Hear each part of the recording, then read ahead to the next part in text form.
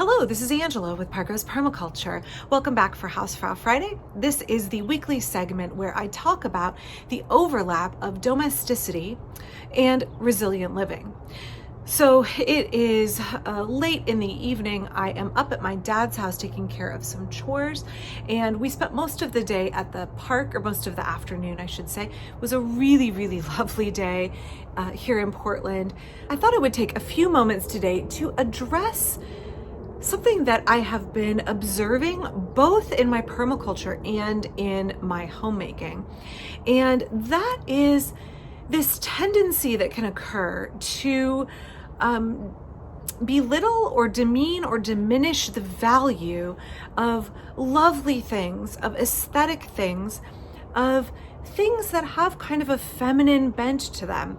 And not just in permaculture, but also in our culture in general.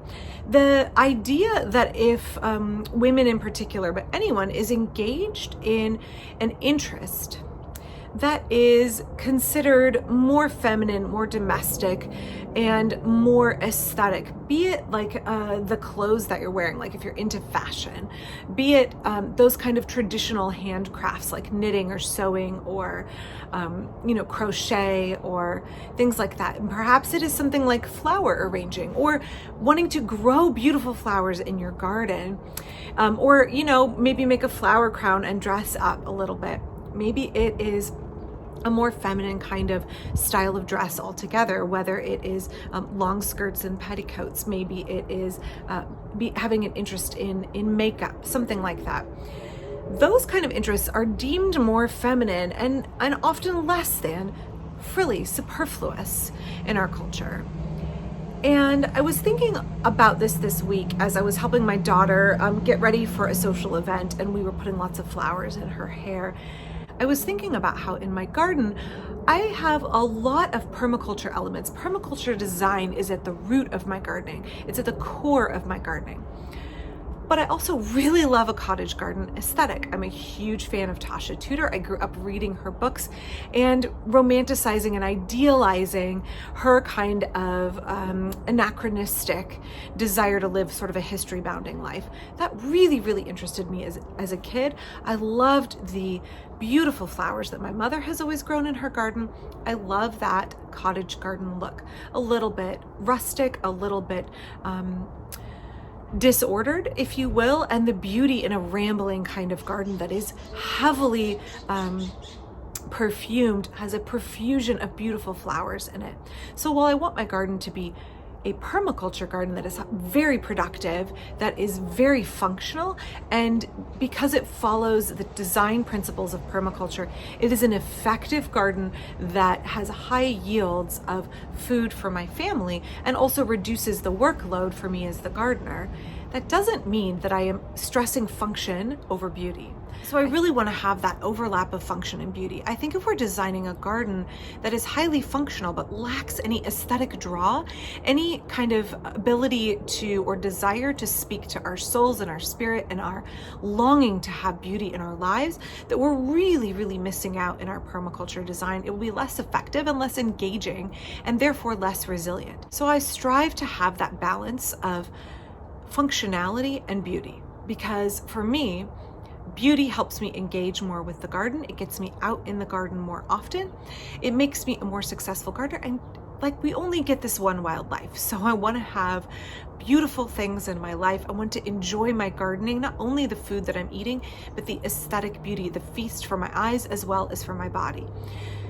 And I was thinking about how in some permaculture circles, the desire to have a lot of beauty in our garden can be seen as, again, like superfluous. I've seen other permaculture designers talk about nothing in my garden is frivolous. Nothing in my garden is lacking in function.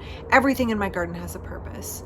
Well, everything in my garden has a purpose too, because beauty is a purpose. Aesthetics, that's a valid purpose. Having a lovely cutting garden, that's purposeful. So just because something is more feminine, more floral, more beautiful, that doesn't make it less than. And I think in our homemaking, we can have that kind of criticism come at us as well.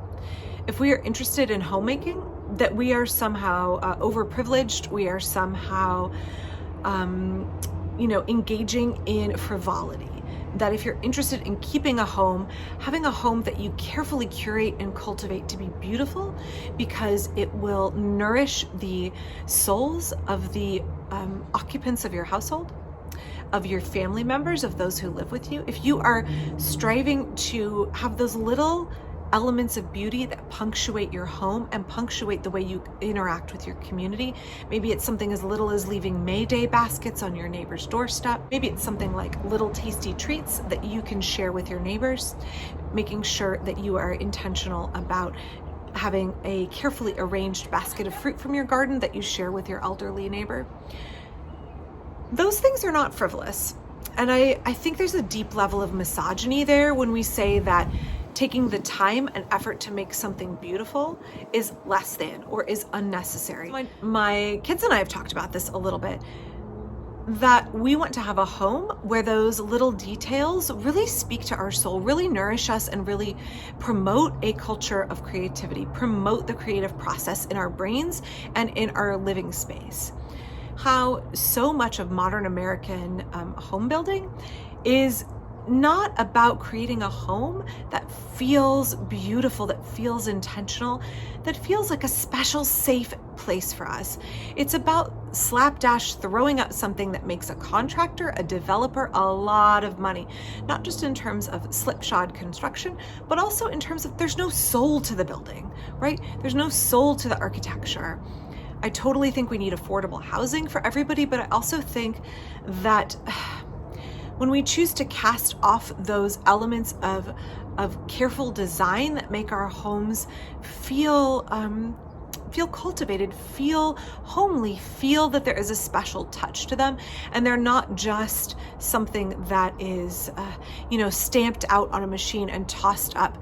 When we are making our home something that shelters our body, gives us a place to sleep, but also nourishes our soul, we are creating a home out of a house. That's an important element in homemaking, and that is a valid element, and it is not less than because it is traditionally associated with the feminine. Homemaking is traditionally associated with the feminine and therefore is denigrated, particularly in a society that says that later waves of feminism seek to separate women from the home. I've talked before on this channel about how I think homemaking should be accessible to anybody of any gender. It has a value that is independent of gender, but it is a value that is beneficial universally in humanity. That the role of the homemaker benefits everybody in the household and benefits the community as a whole. And so when we have homemaking denigrated or devalued or dismissed because it tends to our aesthetic needs, that can often be our spiritual needs, that can be our deep-seated creative needs, where we have the small details looked after in a home that make all of the difference. I'm sure I'm not the only one, even if you've not lived in a crappy apartment that feels soulless and terrible with gray paint on the walls and, none of the beautiful aesthetics in the architecture. Like, there is no architecture, there's just something thrown together in a giant multiplex that again makes developers really rich, but has like that kind of cheap, terrible carpet, gray paint. Everything is like just soulless, right? I don't know how else to explain it. If you've lived in an apartment like that, like I have lived in several, you'll know that it doesn't feed you to come home to that space. It doesn't feed your soul. It's not as restful as a carefully curated home, as a home that was built in a way that is thinking about our creative needs, our needs on a higher level. Everybody should have that kind of home. Everybody should have that kind of home that feels not only safe, but feels nourishing to who they are as a creative being. Those little details can make all of the difference. I realize it takes a certain level of privilege to say I have a home that has aesthetics. Like, obviously I'm sitting up here at my parents' beautiful bungalow that they lovingly restored and has all kinds of detail. And the time it took my dad to restore all of the original, 1912 wainscoting in the dining room, took him 2 years to do that. Not everybody has the luxury of that kind of time. But again, that's a homemaking activity or restorative activity that is not feminine. It is something that transcends gender and that my dad chose to take on. So I know I'm getting it's a little windy. I hope there's not too much wind noise. It's getting a little windy here. I know that I'm perhaps rambling a little bit here, But I hope that the takeaway that you're getting from this is that if you are somebody who is engaged in gardening, in permaculture, and you choose to add those elements of beauty, those elements of lovely garden, those elements of aesthetic design that give your garden curb appeal or, backyard appeal just for you and your household, that you are not less of a permaculturist for doing that, and you're not doing permaculture wrong, and you're not wasting energy and space. In fact, I would argue that you are doing permaculture in a way that is more sustainable if you're making it beautiful. By the same token, I would say that those of us that are homemakers, don't let somebody tell you that your work is less than because it has aesthetics to it, because it is traditionally tied to femininity. Don't let that misogyny creep in and dictate to you that, or make you feel that your work is less valuable because it is traditionally considered more feminine. It's not. Anybody of any gender can access things that are aesthetic. Anybody of any gender can be interested in sewing clothes, interested in decorating their home, interested in making a lovely bouquet of flowers. Those things are not less than. And the ways that we can take the time, and that homemakers have the privilege of time to focus on making those little touches that are really meaningful to people. We have the privilege of taking the time to add those little spots of beauty, those little elements of beauty, those little sparks of beauty, not only to our lives, but to the lives of folks in our household and hopefully our neighbors around us and folks in our community. Adding beauty to your homemaking, utilizing your skills to add beauty is something that nourishes others. It nourishes your creative spark within you. Adding beauty to your garden is valid. Having those traditional skills and artistic and creative interests as a homemaker, those are valid. It's not less than. It's real work. It's valid work. It's important to who we are as human beings, who we are, what differentiates us as humans. Our desire to create beauty, to create art, to create meaning in our lives. And if you do that in your garden and you do that in your home, you're on the right track. So don't let anybody tell you otherwise. During the editing, I realized I wanted to make a little clarification here. If somebody says that the pursuit of beautiful things, of creative things, of artistic things, of things that feed and nourish our soul and speak to our basic human drive to strive for beauty and create beauty is in any way frivolous, if somebody says that the pursuit of domesticity, of homemaking, is something that is only a privilege for the affluent, I would like to say that the criticism should not be directed toward those of us who engage in homemaking or the pursuit of beautiful things in our lives. The criticism should be directed at a system where everybody does not have the time and energy and ability to access our natural inborn desire to strive to create a beautiful life. The fact that we live in a system where everyone has to grind, where everybody has to work so much that we have so little time for any of the natural, good human interests and pursuits that are not tied to a paycheck is a condemnation of the system that we are all stuck in.